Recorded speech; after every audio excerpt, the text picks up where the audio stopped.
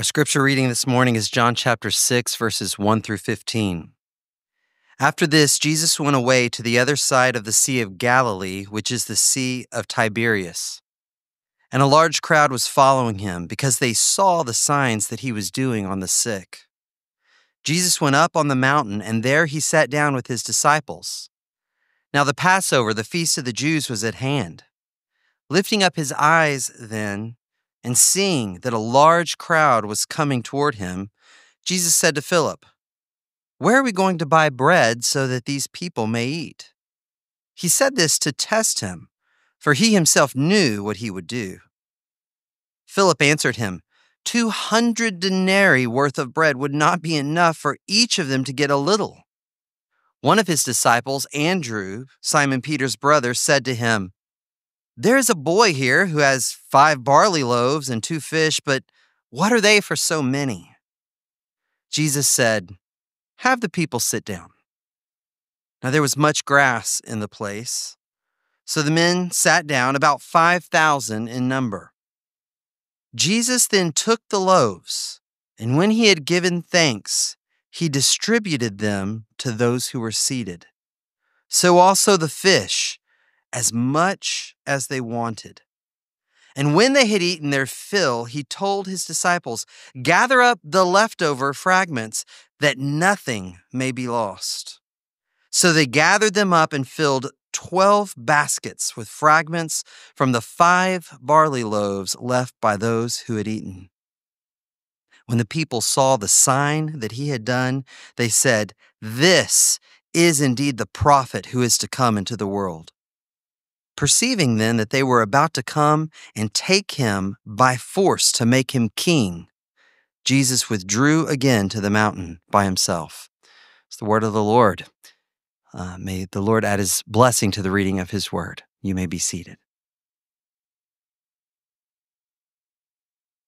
All right. Well, this is a rodeo Sunday for us. And I don't know about you, but when I put my cowboy boots on, I feel like I can whoop just about anybody. And so I'm feeling pretty good this morning. I want to ask you a question and then show you a picture. The question is, what prevents you from believing that God can do the unbelievable? And some of it maybe you're still learning about the power of God. So one of the things that we do as a family in the summer is we go to family camp, and the family camp that we go to is called Pine Cove, and an option during the week is to do a cattle roundup. I'd never done it before, and so I wasn't prepared with bringing my cowboy boots, but I did it, and there was this moment as we're kind of getting ready to do it, and I've ridden horses before, but it'd been a little while, and my question that I had in the moment for the person that was about to put me on this horse is, how strong is this horse? And I'm looking at it, and I'm weigh 230 pounds, and I'm thinking, I don't know if this horse is going to get too tired to carry me. And the ranch hand assured me, like, this horse is plenty powerful. And I say, okay, because I don't want to get halfway out there and the horse get tired, and then I just have to get off and walk back. And so we went out there. Don't I look goofy in that picture? I mean, it's okay to laugh at me. Like such a city slicker. I got my on-cloud shoes on and my Vuori pants and a t-shirt, and I have to wear that helmet, which I didn't have a cowboy hat and couldn't have worn it anyway. But I was needing to be convinced of the power of this horse and the strength of this horse to have the confidence to get onto it, to go and round up these cattle. And it was a good time. I don't know where you are in your belief that God can do the unbelievable. But one thing that I introduced to get you thinking about it a few weeks ago is what we call the unbelievable continuum. So I'm going to draw your attention to this one more time.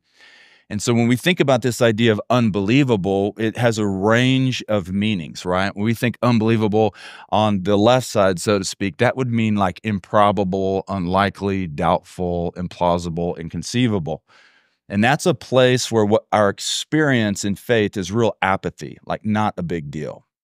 But as we move to the right and we think about unbelievable meaning remarkable or exceptional, outstanding, astonishing, and extraordinary, that's a place where we experience real passion in our faith.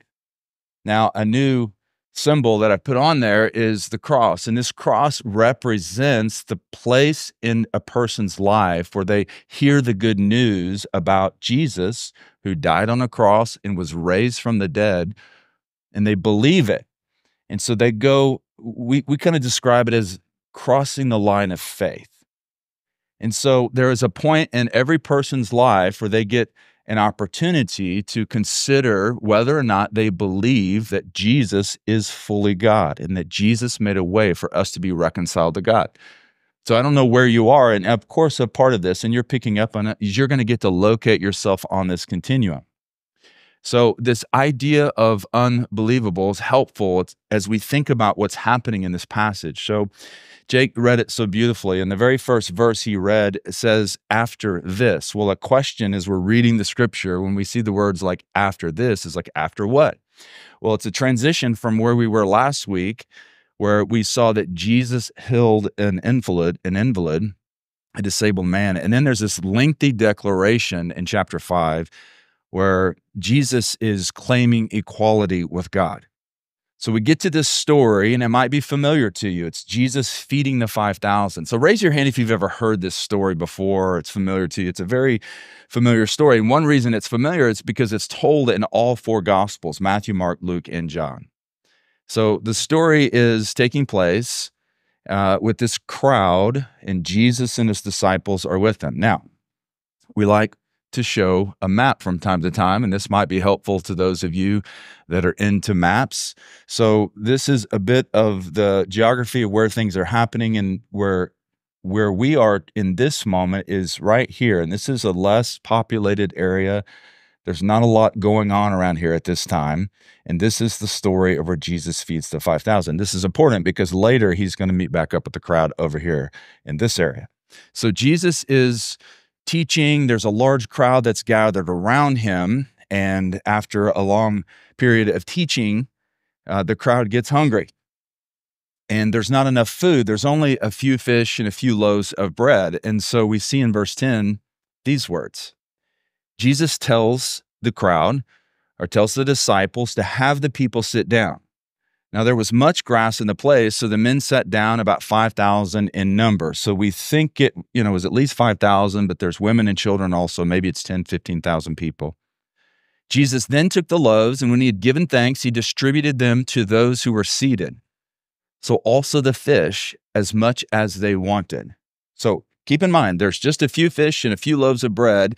And so sometime between acknowledging that there is only that amount of resource and these people being seated and being fed, there is a multiplication of the food. Verse 12, and when they had eaten their fill, he told his disciples, gather up the leftover fragments that nothing may be lost. So they gathered them up and filled 12 baskets with fragments. Some people believe this has to do with the 12 tribes of Israel. So they gathered them up and filled 12 baskets with fragments from the 5 barley loaves left by those who had eaten. So here's the miracle. We get it right away. Jesus miraculously multiplies the food to everyone. That's it. That's the miracle. And the meaning of this story is something we've seen multiple times in this series already, that through Jesus, God intervenes to do miracles. Like, this is what I put before you for you to consider believing, that through Jesus, God is doing miracles. God has done miracles, and God is doing miracles. And it's true. It's another evidence, another story where we hear it and we consider the truth that Jesus is God. This is the claim of Christianity. But there's something else happening here, which I want to spend a bit of time in. And I think that what's happening here is that Jesus gives his disciples and gives the people that are around him an opportunity to assess where they are in their faith. Like, where are they on this unbelievable continuum? And so I ask you, because this is a check-in for you, where are you today in your belief? Where is your faith? I love to hike. I've never hiked Mount Everest, but I know a bit about hiking Mount Everest. And if you and I were to go to the base of Mount Everest, we would have a long climb, 29,000 feet. It's the tallest mountain in the world. And one thing that happens for people that choose to hike Mount Everest, they start at the base camp at 5,000 feet and they begin to make part of the climb. But people do not climb Mount Everest alone. They have what's called a Sherpa. There's a group of people called the Sherpa people that live right around Mount Everest. And they're the people that are walking alongside people like you and I, if we were to choose to do it, and helping us know about each leg of the journey. And along the way, go back to the last picture, Sebastian. Along the way, you would stop. And a conversation that you would have with your Sherpa is, how are you doing? How do you feel? Like, are you feeling lightheaded? Are you feeling tired? Do you want to turn around? Or are you ready to take the next leg of the journey? This is some of what's happening in this moment, I think, with Jesus and his disciples. If we think of this journey of faith as being a trek up this enormous mountain, along the way, it's really important to stop and say, okay, where am I in my belief? Because at each stage along the way, wherever you are in your belief, it will be revealed in your behavior. Jesus is like the Sherpa in this moment with his disciples and then also with the crowd. It's like a test for them. So first, he talks to Philip. In verse 5, we read, Jesus asking Philip, well, where are we to buy bread so that these people may eat? He said this to test him, for he himself knew what he would do. So we don't hear a lot about Philip in the Bible. And it's interesting to me that he's the first person that John tells us Jesus talks to in this event, this miracle. Philip answers him in verse 7. He says, 200 denarii worth of bread would not be enough for each of them to get a little. Now think about that. It could be that in his check-in with Philip, what Jesus knows about his heart is that his faith, his belief is a little less developed than others. He is with Jesus, but he's still kind of unsure about Jesus. Some scholars believe that Philip is like the accountant of the group because the way he processes this conversation with Jesus is by calculating the likelihood of these people being fed. It's kind of like Philip is saying, Jesus, you are special. And this may be where some of you are. Jesus, you are special, but the math doesn't math on this one. And this is like, now stay with me, the person who would identify themselves as a Christ follower, maybe that's you, but they're quick to think about why God can't work rather than how God might work. Is that you? You know who you are. This is a tendency to think about why the unbelievable is unlikely. You think of practicalities. Your first question or your first impulse is to ask the question, what's the worst that can happen, rather than what's the best that can happen? You're thinking about why God might not do something rather than how God could do something. And we do need these people in the world. And so if you're like, oh, that's me, I don't want you to feel beat up, because we need people like you in the world. Otherwise, people like me would lead us off a cliff. But if you're not careful, you'll only live in this natural world and never get to fully experience the unbelievable work of God in your life, or the life of others. So maybe we would put Philip at this place in the continuum. Like, he is believing something that's true about Jesus. He knows that he's more than just a good teacher, more than just a potential earthly king, but he's just on the other side of the cross. So this is his check-in. Well, then we get to Andrew. Now, Andrew's check-in is beginning in verse 8. It says, one of his disciples, Andrew, Simon Peter's brother, said to him, there is a boy here who has 5 barley loaves and 2 fish, but what are they for so many? Now, oftentimes in the Gospels, when Andrew is mentioned, he's identified as Simon Peter's brother. The Gospels talk a lot about Simon Peter. I did a sermon about Peter in our previous series in January. But Andrew isn't mentioned very much in the Bible. But what we do know about Andrew is that he is frequently inviting people to see Jesus. He's inviting people to meet Jesus. In fact, the scriptures say that Andrew is the one that introduced Peter to Jesus. It seems like Andrew, and what we're seeing at his check-in, is that he's optimistic that Jesus can help people. And this might be like some of you who, when you talk to somebody with a problem, you would have the courage to invite them to ask Jesus for help. Like you're at the point in your spiritual ascent where your belief in the truth about who Jesus is at the point of giving you confidence that when there is a problem, when there is a complexity, when there is a pain, when there is a struggle, that the answer is God. Your impulse is not so much, well, this is why this won't work out, but more like this could work out. And step one is God, as revealed in the person and work of Jesus. So if we were to look at Andrew and find him on this continuum, we might find him a little further to the right. So listen carefully to me. There is a point in your belief at which you begin to believe and have faith that Jesus is the help that people need. And I'm not exactly sure where that is. I do wonder at times, for those that are less inclined to offer Jesus as the help that people need, I do wonder at times kind of like, whether or not you're closer to this or over here to where Andrew is.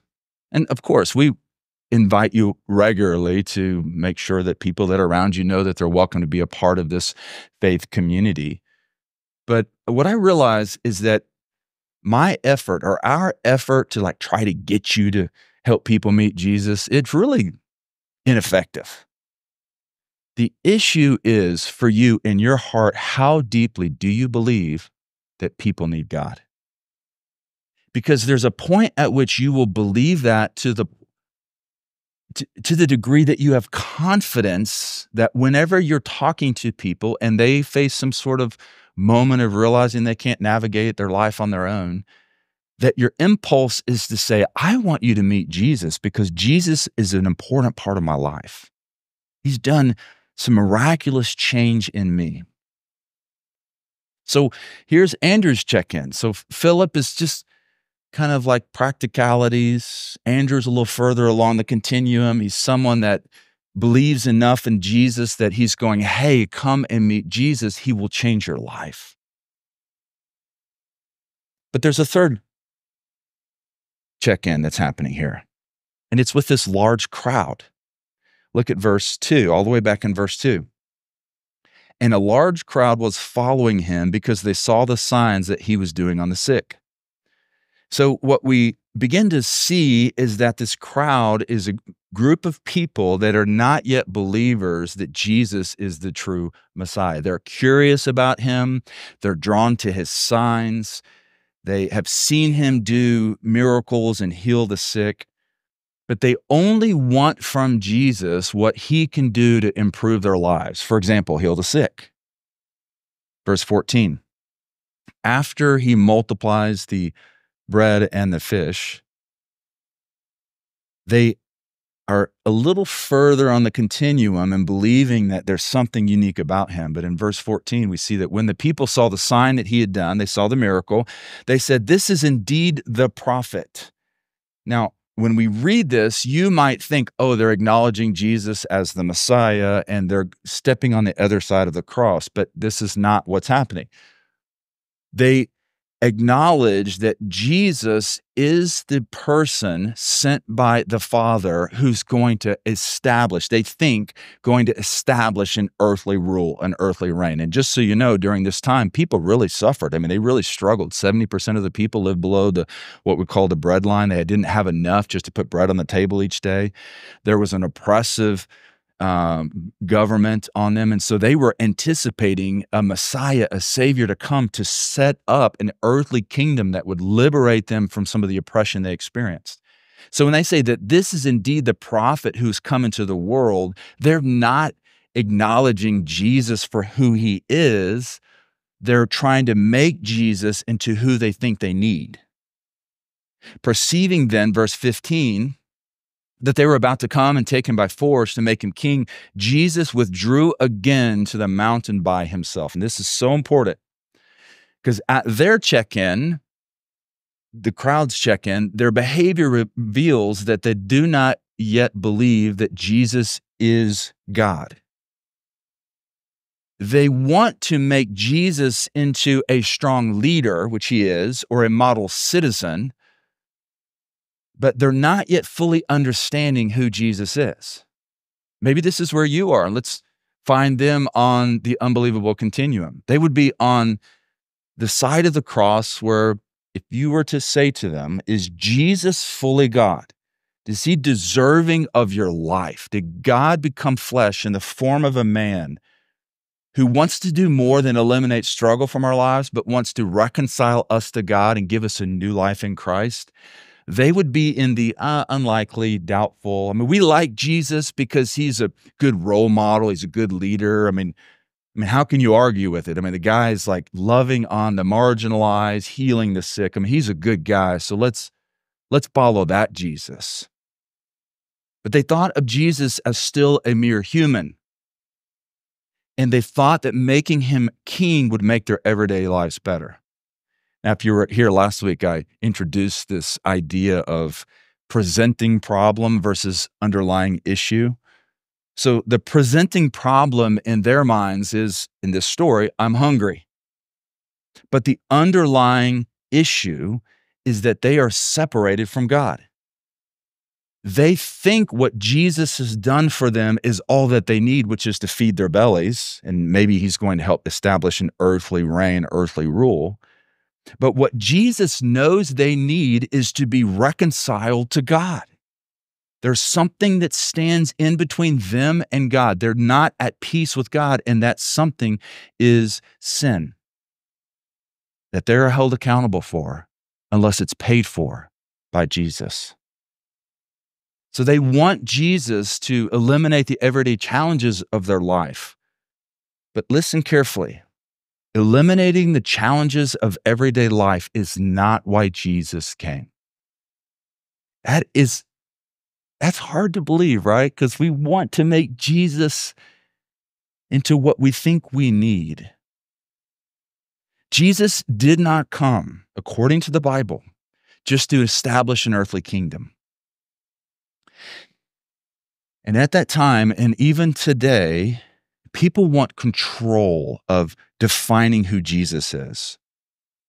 And when one person attempts to define another rather than taking them for who they are, this becomes a problem.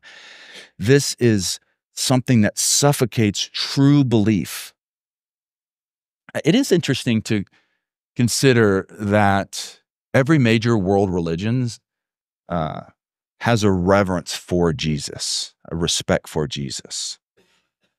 And I would say in America that there is a general appreciation for Jesus as a model citizen, as a strong leader, an example of love. And those things are true.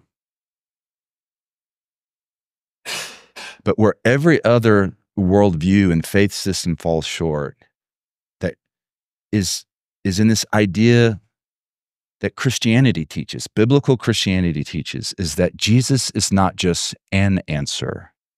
Jesus is the answer.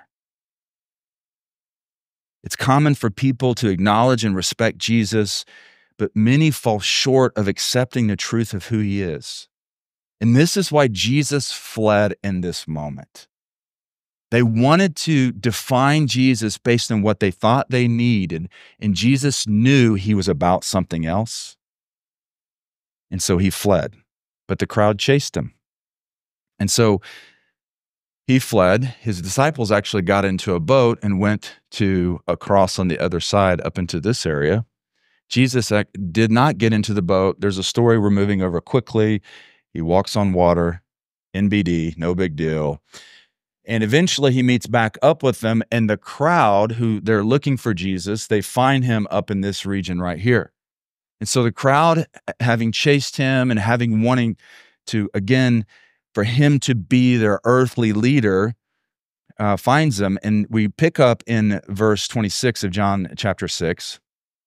And there's this back and forth between Jesus and the crowd. And this is specifically for those of you that are here that have not yet crossed the line of faith, because you are like those in the crowd. And there's this lengthy discourse. I don't have time to get into it all, but 4 times in this discourse between Jesus and the crowd, he uses these 5 words. He says, I tell you the truth. Like he is going to define for them what is true about who he is. And I wish I had more time to get into it. But what we do see is that the crowd is struggling to comprehend what Jesus is saying. They're struggling to comprehend it because they are still trying to think about Jesus within the boundaries of what they think they need for their lives. They sought him in hopes of him being able to meet their daily hunger. But Jesus is less concerned about their earthly struggles and more focused on them being reconciled to God. In verse 26 and 27, we read one of these, I tell you the truth kinds of statements. He says, truly, truly, I say to you, you are seeking me not because you saw signs, but because you ate your fill of the loaves. And in verse 47, he says, truly, truly, I say to you, whoever believes has eternal life. Believes what? Look at verse 48. I am the bread of life. This is a moment where we all get to assess where are we on the unbelievable continuum. And I stand before you in confidence that the Bible, inspired by God, gives us this story as a way of us assessing where we are. Maybe you're in the crowd. Maybe you're one of those that like, yeah, Jesus is cool and all, but I'm not so much into that. I'm going to kind of try to figure out my life on my own. Maybe you see Jesus as a model citizen. Maybe you see him as somebody that was a strong leader. We pick up some leadership principles from Jesus, like, wow. Maybe you think of Jesus as being a great example of how to love people and love the marginalized, and all those things are true. However, if you stop there, then you will not see Jesus for who he is. There are others of you that are just on the other side of belief. You're like Philip. And you do believe, and at some point you've crossed the line of faith, you've acknowledged before God that you're separated from him because of your sin, and you've asked for forgiveness for that sin. But there's still this really strong impulse in you where when faced with complexity, or faced with a problem, you don't tend to think first about what God can do through Jesus. You tend to think about what can't happen. And that can show up in that if there's people around you that you've never invited to meet Jesus, I would just suggest the possibility that you're the person that's just on the other side of faith. Why do you not invite people to meet Jesus? Well, it's because you don't really believe that Jesus is who he says he is. And if you did, your impulse would be to help people meet him like Andrew does. So imagine that you're on this horse. This is you. You're on the horse. What do you believe? Where are you in the unbelievable continuum? Where are you in your journey? And so with all of that said, I just want to offer to you 2 calls to action. And the way we do this every single Sunday, whoever's on the stage speaking ends with a very practical call to action so you can put into play in your life what you've just heard. And the first thing I would suggest you do is assess where you are on the unbelievable continuum. So would you pull the unbelievable continuum back up, please, Sebastian? Where are you? Are you over here with the crowd? Or when I say to you, you need Jesus to be reconciled to God, and that's where you really begin to live the life that you were created to live.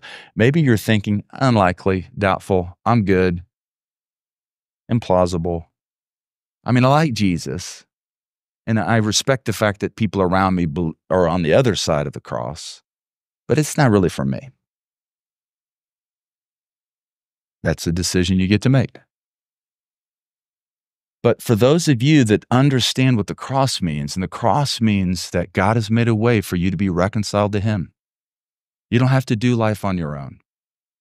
You get to live in an unbelievable, mysterious, supernatural relationship with God because of the work of Jesus on the cross, who died for your sin and made a way for your sin to be forgiven. Maybe you're on the other side of that, but maybe you would locate yourself just kind of barely on the other side of that. Like, hey, I'm cool. I know if I die, I'd go spend eternity with God, but beyond that, I'm not so sure. Where are you? And so you think, well, I want to move along the continuum. And so what I would offer to you is that you must believe that through Jesus, God does miracles. So the first thing, assess where you are on the unbelievable continuum. And you may say, hey, I'm just on the other side of the cross. And I just want you to know, like, it's okay. Like, this isn't the kind of church where the people that stand on the stage are like mad at you for it. We just want to help you know where you are and then offer ways that you would be able to take a step in your belief. Because let me tell you something that happens. When you find yourself further on the continuum, where you really believe that through Jesus, God does miracles, there is a life of passion that is so joy-filled and exciting. And you get to see God do miracles all around you. You get to see God do miracles in your life and in the life of other people. So you want to move along this unbelievable continuum, because living with passion is greater than living with apathy. You have one life to live. How will you live it? Assess where you are on the unbelievable continuum. And then the second part of this call to action. Would you confess to God one area that you struggle to give to God? Like, what's one area of your life where you're just feel stuck? Maybe your mindset is all about practicalities, and it's hard for you to be lifted from these questions of why God won't do something and live in this place of like how God might do something. What's one area of struggle for you? I mean, maybe it's something very practical, like you have an area that you know is out of bounds in terms of your behavior. But maybe there's some other area of your life where you're like, hey, I struggle to give my work life to God, or my marriage to God, or my temptation to God. I struggle to give this to God. Just tell God. In just a few moments, we're going to have a time of prayer, and that'd be a really beautiful time for you just to say, you know, God, this is an area I struggle to give to you. I'm having a hard time giving my health situation to you. I'm having a hard time giving my marriage to you. I'm having a hard time giving my parenting role to you. And I need to believe, God, that you can intervene and do miracles. And it may not mean that parenting gets all that easier for very long. It may not mean that you're physically healed, although we believe God can do it. But what it means is that you'll move from living a life of apathy to a life of passion, which is the best way to live. So with those two things in mind, let us bow our heads and pray about these things.